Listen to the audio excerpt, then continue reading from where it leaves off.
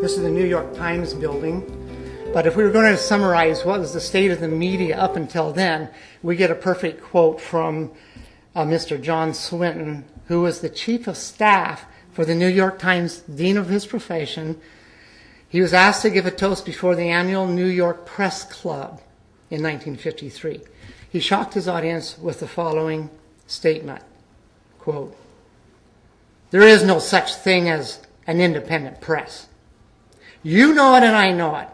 There is not one of you who dares to write your honest opinions. If I allowed my honest opinions to appear in one issue of my paper before 24 hours, my occupation would be gone. The business of the journalists is to destroy the truth, to lie outright, to pervert, to vilify, to fawn at the feet of Mammon, and to sell his country and his race for his daily bread. You know it, and I know it. And what folly is this toasting an independent press? We are the tools and vassals of rich men behind the scenes. We are the jumping jacks. They pull the strings and we dance. Our talents, our possibilities, and our lives are all the property of other men. We are intellectual prostitutes." Unquote. Again, that was John Swinton, chief of staff of the New York Times, toasting the New York Press Club in 1953. Now, the following year, Edward Bernays is hard at work, and he's manipulating the U.S. media to aid a CIA-sponsored terrorist campaign to overthrow a popularly democratically elected government in Guatemala. The CIA, they hired one of the E. Howard Hunt, who ended up being one of the Watergate plumbers in the break-in of the Watergate Hotel, and he was a CIA agent in charge of the overthrow of the Guatemalan government. And basically what they did, Bernays did, is he did a massive propaganda program trying to make it look like Nicaragua was that the Russians had full army force and they were going to take over America if they didn't get this little force out of this little country. And anyway, it worked. They got their new general puppet dictator in, and they threw out an extremely popular, democratically elected president. So it was very interesting to see the players, because it's always more important when you see E. Howard Hunt saying, "Yeah, our job, we're going to terrorize them, make them freeze and freeze in terror." So let's go then to Professor Karl Strauss. Now Strauss, it's Leo Strauss, I'm sorry I said Karl.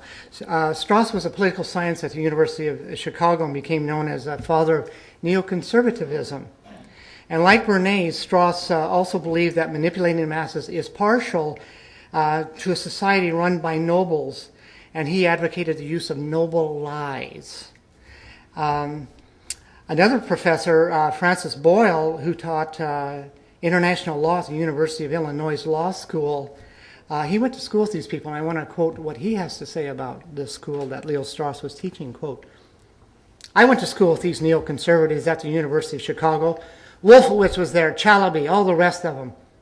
I went through the exact same program with their mentor, Professor Leo Strauss. And who was his teacher in Germany and his professor? Professor Carl Schmitt, who went on to teach the most notorious Nazi law professor of his day, justifying every atrocity committed by the Nazis. We must understand that these neoconservatives are in fact neo-Nazis. They have espoused the Nazi doctrine of Schmitt and Strauss and Machiavelli and Nietzsche, the Superman. They are the Supermen, and the Muslims are the scum of the earth." I don't know exactly what context he had, but I know what my context is for what the Muslims, scum of the earth. Just as context, in 1904, British economists identified the world's grand prize. And it just so happens to be oil in Central Asia. And also, it just so happens that Muslims live on top of 80% of the world's oil supply in this area. So we have to ask ourselves, is it a coincidence that the war on terror just happens to target Muslims? A A professor from University of Regina, Shadiya Drury, she it pretty much encapsulates what Strauss's teaching is about. She says that he cherished Plato and Nietzsche and other ancient philosophers, and that, quote, the unwashed masses were not fit for either truth or liberty, and that giving them these sublime treasures was like throwing pearls before swine, unquote. Strauss's most famous book, Natural Rights and History, celebrates the natural order of domination and subordination. In his book, Prosecution and the Art of Writing, Strauss states that secrecy is necessary to protect the elite from persecution of the masses. He said the people will be unhappy to learn that they're not equal and that there's only one natural right, and that's for the superior to rule over the inferior. Just like the master over the slave, the husband over the wife few over the vulgar many. As a matter of course, he taught his students that they are the new natural elite to rule the world. This is in the 50s. These are the neoconservatives.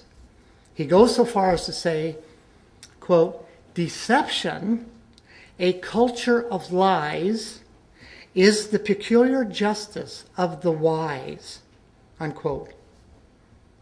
Like Nietzsche, Strauss believed that the history of Western civilization had become the triumph of the inferior, the rabble, and both of them lamented this profoundly. A last quote from Strauss. If you can use democracy to turn the masses against their own liberty, this is a great triumph. So, well, how must the few rule the many then? Are they going to do it by the numbers on a battlefield, 1% against 99? Or how about by deception, by control of the media, by media mind control and a war on truth? Next picture, please. Those are questions to think about. In 1971, the Nixon administration waged a court battle over exposing the Pentagon Papers. He feared they'd expose the Vietnam War as a war of aggression. And Daniel Ellsberg had access to the Pentagon Papers and wanted to publish them. The government was really after Ellsberg. They wanted to throw him in jail. And, of course, they had hearings at the government and stuff, and he has a new young bride when he comes out and wants to expose in, and she's thinking, oh my gosh, my husband's going to go to jail for the rest of his life.